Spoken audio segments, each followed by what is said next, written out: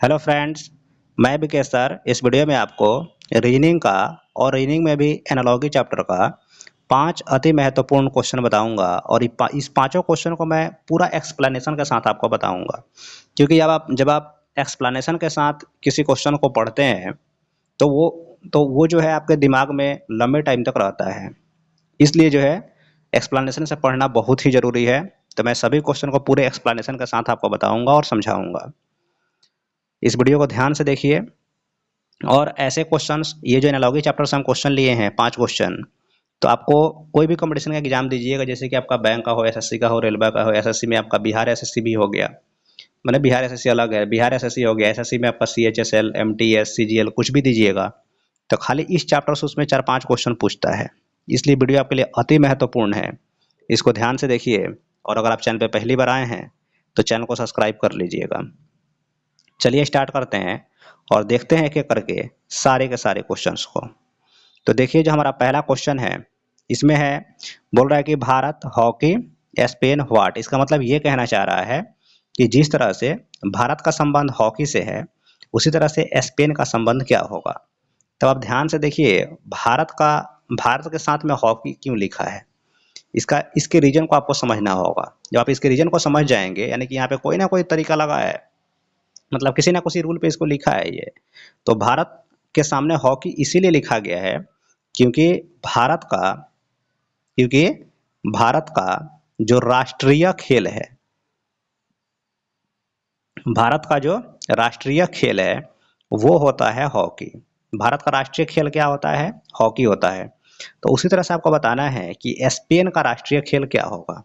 यानी कि जो यहाँ पे कंडीशन लगा है आपका फर्स्ट में, भारत के साथ हॉकी, यानी कि भारत का राष्ट्रीय खेल हॉकी हो गया। तो सेम ऐसे ही आपको बताना है कि स्पेन का राष्ट्रीय खेल क्या होगा। तो स्पेन का राष्ट्रीय खेल सांडों की लड़ाई होता है। तो सांडों की लड़ाई भी एक खेल है वहाँ पे। तो यही इसका सही आंसर हो जाएगा। आप ऐसे भी देखते होंगे यूट्यूब पर, जो सांडों की लड़ाई आपको स्पेन वाला आप देख सकते हैं, तो वहाँ पे ज़्यादातर होता है। तो स्पेन का राष्ट्रीय खेल क्या हो जाएगा? सांडों की लड़ाई हो जाएगा। ठीक है, नेक्स्ट क्वेश्चन देखिए। नेक्स्ट क्वेश्चन है, स्पेन यूरो, ब्रिटेन व्हाट। अब यहाँ पर भी आपको समझना है। यहाँ पे देखिए, यूरो क्या है? मुद्रा है। और यहाँ पे स्पेन क्या है? एक कंट्री है। तो ये हुआ ना कि स्पेन की मुद्रा क्या है? यूरो है। स्पेन की मुद्रा क्या हो गई? यूरो हो गई। स्पेन की क्या दिया है वहाँ पे? वो स्पेन की वो मुद्रा दिया है। ठीक है, तो स्पेन की मुद्रा दिया है, क्या चीज़? वो यूरो दिया है। तो उसी तरह से हमको बताना है कि ब्रिटेन की मुद्रा क्या होगी। तो ब्रिटेन की मुद्रा क्या होती है? पाउंड होती है। ब्रिटेन में जो है, जैसे हमारे हमारे यहाँ इंडिया की मुद्रा क्या है? तो इंडिया में हम लोग रुपया नहीं कहते हैं, जैसे कि 10 रुपये, 50 रुपया, 100 रुपया, 1000 रुपया। तो वैसे ही ब्रिटेन में जो है पाउंड होता है। वहाँ पे 1 पाउंड, 10 पाउंड, 20 पाउंड, 50 पाउंड, ऐसे करके 100 पाउंड चलता है। तो वहाँ पे जो है ब्रिटेन में रुपया को पाउंड बोला जाता है। इसलिए बी इसका सही आंसर हो जाएगा। यानी कि हम समझाना ये चाह रहे हैं कि देखिए, जिस तरह से जो रिलेशन पहले में आपको दिया गया है, ये प्रोपोर्शन का सिंबल होता है बीच वाला, उसके पहले यहाँ पे जो भी स्पेन का संबंध है, जिस तरह से यूरो से दिया है उसी तरह से आपको ब्रिटेन का निकालना था, तो मुद्रा हो जाएगा। Next question. नेक्स्ट क्वेश्चन में है, जिस प्रकार घड़ी का संबंध समय से है उसी तरह से तापमान, थर्मामीटर का संबंध किससे होगा। तो आप ध्यान से देखें तो घड़ी जो है क्या करता है? घड़ी के सामने समय क्यों लिखा? इसका मतलब ये हुआ ना कि घड़ी समय को बताता है। घड़ी किसको बताता है? समय को बताता है। तब आप बताइए थर्मामीटर किसको बताएगा? तो थर्मामीटर टेम्परेचर, यानी कि तापमान को बताता है।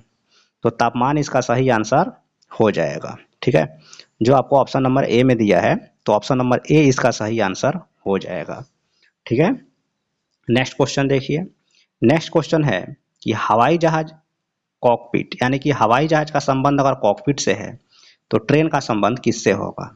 अब आप ध्यान से देखें तो हवाई जहाज के सामने कॉकपिट लिखा है। इसका मतलब कॉकपिट का मतलब पहले होता क्या है आप ये जान लीजिए, तब आप इसको नहीं भूलिएगा। देखिए, जैसे कि सपोज कर लीजिए अगर ये हवाई जहाज है, ठीक है, तो यहाँ पर जो आपका ये थी क्या नाम है, जो पायलट बैठता है, तो जो पायलट बैठता है ना, तो उसके सामने देखिएगा, अगर मतलब सिंपल वाला एक, मतलब एक, जैसे कि 5 आदमी के लिए हवाई जहाज होता है, सिंपल लोग लेके उड़ता है, तो उसमें आप इस चीज़ को ध्यान से देख सकते हैं, आसानी से दिख जाता है। बट जो बड़ा बड़ा प्लेन होता है उसमें नहीं दिखता है, क्योंकि सब जो है एक ही मतलब तरह का रहता है। लेकिन उसमें भी ड्राइवर के लिए सबसे आगे जो है सीट बना रहता है।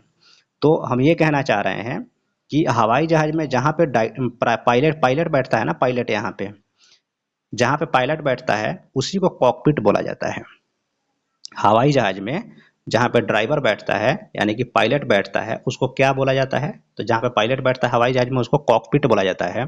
उसी तरह से ट्रेन में जहाँ पे ड्राइवर बैठता है जिसको लोको पायलट बोला जाता है, तो ट्रेन में जहाँ पे लोको पायलट बैठता है ना, तो कहाँ पे बैठता है? तो वो इंजन में सेटिंग रहता है। आप देखिएगा ध्यान से, तो इंजन इसका सही आंसर हो जाएगा। तो ट्रेन में जहाँ पे लोको पायलट यानी कि ड्राइवर बैठता है उसको हम लोग कहाँ बैठता है? तो इंजन में बैठता है, तो इंजन आंसर हो गया। ठीक है, क्योंकि ये बोला था कि भाई हवाई जहाज, तो हवाई जहाज में कॉकपिट होता है, तो उसी तरह से ट्रेन में क्या हो जाएगा? इंजन हो जाएगा, क्योंकि ट्रेन का ड्राइवर इंजन में ही बैठता है, उसी में उसका उसके लिए सेटिंग दिया रहता है। आगे देखिए, यहाँ पे बोल रहे मतलब 122 का 122 है, 170 यानी कि 122 और 170 में कुछ ना कुछ रिलेशन होगा, और वैसे ही 290 और आगे वाले में हमको रिलेशन बताना है। तो आप ध्यान से देखें, तो यहाँ पे 122 जो है कैसे आया है?